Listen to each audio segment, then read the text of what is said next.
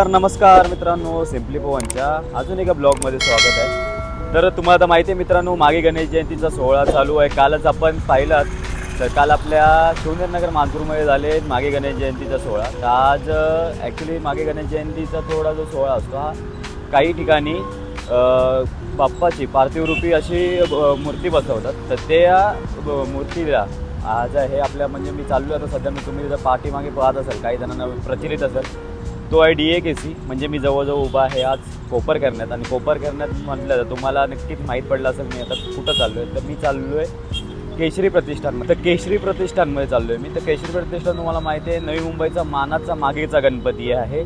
तर केशरी प्रतिष्ठानची जी मूर्ती आहे हे आपले सुप्रसिद्ध मूर्तिकार अरुण दत्ते सरांनी बनवलेली आहे. तर नक्कीच मला वाटलं की आपण ती पाहावीत.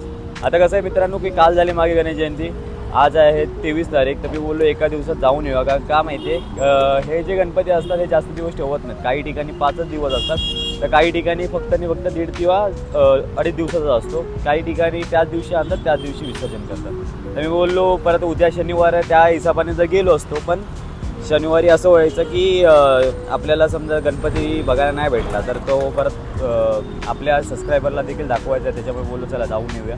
तर मी आता सध्या कोपरकरण्यात उभा आहे. मागे हा DAKC, हा ठाणे बेलापूर रोड आहे आणि हा आहे कोपरकरणे स्टेशन. हा जर तुम्ही मागे बघत असाल ना, हा कोपरकरणे स्टेशन. त्याच्याचबरोबर त्या साईडला जायचं. आता ही इंडस्ट्रियल साईड आहे, आपल्याला जायचं रेसिडेन्शियल साईडला. तिकडे जाऊन मी तुम्हाला दाखवतो.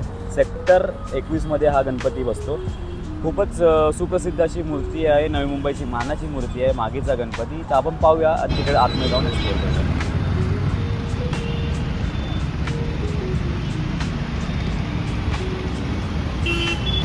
तर मित्रांनो, मी फायनली पोचलो आहे बघा, हे मैदान.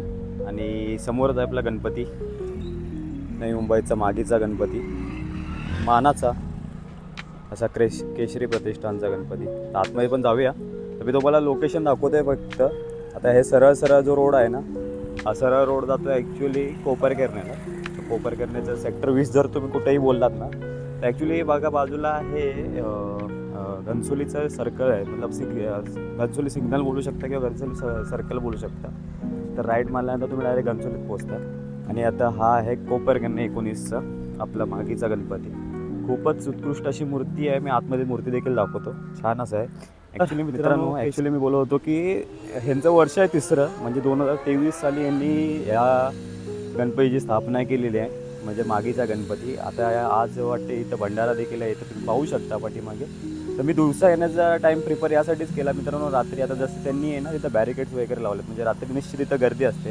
तुम्हालाही माहिती आहे, सोशल मीडियाच्या माध्यमातून आपल्याला भरपूर अशा गोष्टी कळतात ज्या आपल्याला माहीत नसतात. आणि त्यापैकीच हा एक गणपती आहे, केशरी प्रतिष्ठानचा मानाचा गणपती.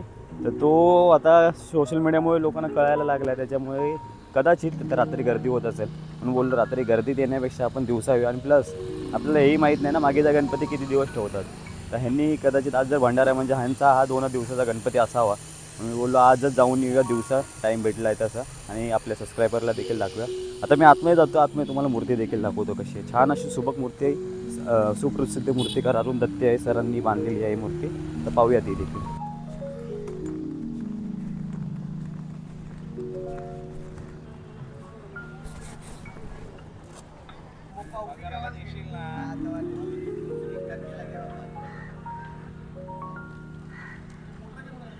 मला बघ, माझं एकच म्हणणं आहे, मला फोन नाही करायला लागला पाहिजे.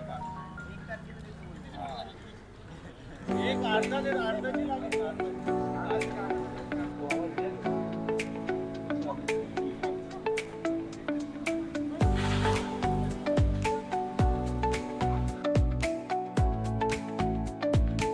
तर मित्रांनो, झाले दर्शन. ॲक्च्युली तुम्ही तर बघितलात, मूर्ती खूपच छान वाटते. आणि ॲक्च्युली आता मूर्ती छान का ना असायला पाहिजे, कारण की मूर्ती पहिली बात गणरायाची आणि बनवणारा जो माणूस आहे तो म्हणजे सुप्रसिद्ध मूर्तिकार अरुण दत्ते सर. आता त्यांच्या मूर्तीची जर तुम्हाला परंपराच माहिती आहे, त्यांनी यावेळीचा जो परळचा मोरया बनवला होता तो देखील बॅलन्सिंग मूर्ती, म्हणजे जवळजवळ भारतातली अशी एक बॅलन्सिंग मूर्ती होती जी सगळ्यांनाच म्हणजे ग्रॅव्हिटीला जवळजवळ त्यांनी विचारात टाकले होते, अशी ती मूर्ती होती. त्याच मूर्तिकाराने ही मूर्ती बनवली आहे.